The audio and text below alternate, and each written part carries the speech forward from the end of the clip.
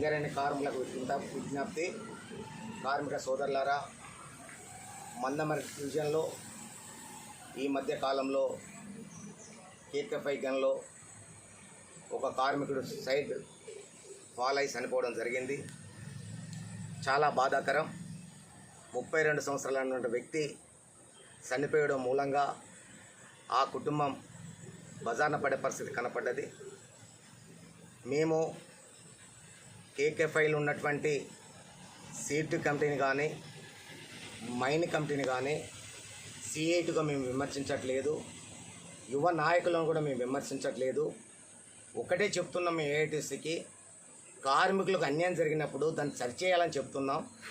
గుర్తింపు సంఘంగా మీరు ఉన్నారు కాబట్టి, మీరు మాట్లాడే అర్హత మీకు ఉంది కాబట్టి, మీ మాటలు మేనేజ్మెంట్ తప్పనిసరి ఇంతదైన భావనతోనే మీకు అప్పీల్ చేస్తున్నామే తప్ప మేము ఏఐటీసీని ఐఎన్టీసీని ఇతర సంఘాలు కించపరిచే విధంగా మేము మాట్లాడట్లేదు. ఇది మీరు గుర్తుంచుకోవాలి. మేము సేఫ్టీ కమిటీలో అన్నది వాస్తవం. ఎందుకంటే సేఫ్టీ కమిటీలో అనుభవం లేని వాళ్ళను పెట్టుకోకుండా కొంతమందిని అనుభవం ఉన్న ఇతర కేటగిరీలను కూడా తీసుకొని చర్చ జరపాలని చెప్తున్నామే తప్ప యువ కార్మికులను కించపరిచే విధంగా మా ప్రయత్నం కొనసాగట్లేదు. ఉన్నదంతా కూడా యువ నాయకులే. ఉన్న యువ నాయకులలో సేఫ్టీ గురించి మైన్ కమిటీ గురించి తెలిసే వాళ్ళని పెట్టుకోవాలని చెప్తున్నామే తప్ప ఇంకోటి కాదు. ఇంకో విషయం, ఇవాళ 6 షిఫ్టీలో కేకే5లో నడిచినప్పుడు మీరు సేఫ్టీ కమిటీలో ఉన్నప్పుడు ఎప్పుడైనా మీ సేఫ్టీ కమిటీలో ఈ 6 షిఫ్టులు బంద్ చేయండి అని మీరు మినిట్స్లో రాయించారా? ఒకవేళ మేనేజర్ గారికి వినకపోతే మీరు డైరెక్ట్ మైన్ సేఫ్టీకి ఏమైనా చెప్పారా? మరి ఇది చేయవలసిన బాధ్యత మీలో ఉంది. అది చేయలేరన్న ఉద్దేశాన్ని మేము మాట్లాడమే తప్ప ఇంకోటి కాదు. 6 షిఫ్టీలు వద్దు, 3 షిఫ్టులు ముద్దని మీరు నినాదాలు చేశారు. మేము దాన్ని కూడా మేము వ్యతిరేకిస్తున్నాం. ఇక ముందు కూడా ఏ గనిలో కూడా మిడిల్ షిఫ్ట్ చేసినప్పుడు సరైనటువంటి సేఫ్టీ లేకుండా పనిచేయడం జరుగుతుంది. దానివల్ల దెబ్బలు కూడా తగులుతున్నాయి అనే విషయాన్ని కూడా వాళ్ళ యాజమాన్యానికి తెలియపరుస్తున్నాం తప్ప ఇంకోటి కాదు. ఒక కార్మికుడు నష్టపోయిన తర్వాత ఆ యొక్క కుటుంబం అతలాకుతమయ్యే పరిస్థితి ఉంటుంది. ఆ కార్మికుడు నష్టపోకముందే యాజమాన్యం ముందు మీ సమస్యలు పెట్టండి, పరిష్కరించండి అనే చెప్తున్నాం తప్ప ఇంకోటి కాదు. ఇంకో విషయం, ఇవాళ మీరు ఏదైతే దీపావళి బోనస్కి సందాల కొరకు మీ ముఖాలు కనపడదని చెప్పారు. అయ్యా, మా సందాల కొరకు మా ముఖాలు ఎప్పుడు కనపడవు.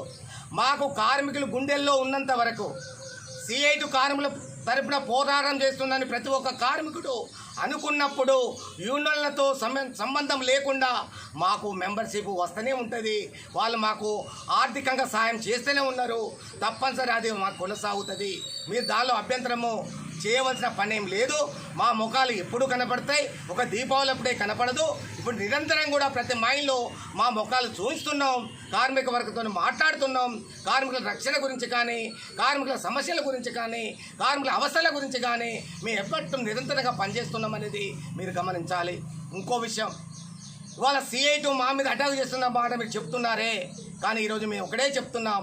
ఇవాళ ప్రాతినిధ్య సంఘంగా INTC కానీ AITC కానీ ఇతర సంఘాలు కూడా కార్మిక వర్గాన్ని పట్టించుకోవట్లేదని మేము చెప్తున్నాం. ఎందుకంటే ఇవాళ మీరు గెలిచిన సంఘాలుగా యజమాని నిలదీసి కార్మిక సమస్యల పరిష్కారం కొరకు మీ ప్రయత్నం కొనసాగలేదని చెప్తున్నాం. మీరు కొనసాగిస్తే ప్రతి మైన్లో ఫిట్ కమిటీ సేఫ్టీ గన్లో నిలదీయండి, మాట్లాడాలి. సేఫ్టీకి విల్లంగా చేసినటువంటి వ్యక్తుల్ని ఏ విధంగా మీరు చర్యలు తీసుకోవాలో యజమాన్యానికి తెలియపరచాలని తెలియపరుస్తున్నాం. ఇంకో విషయం, ఇవాళ మీరు C8 మీద కనుక అక్కాస్తోని కనుక మీరు C8ని ఏదో మాట్లాడాలనుకుంటే మీరు మాట్లాడండి, సంతోషం. విమర్శలు అనేది ముఖ్యం.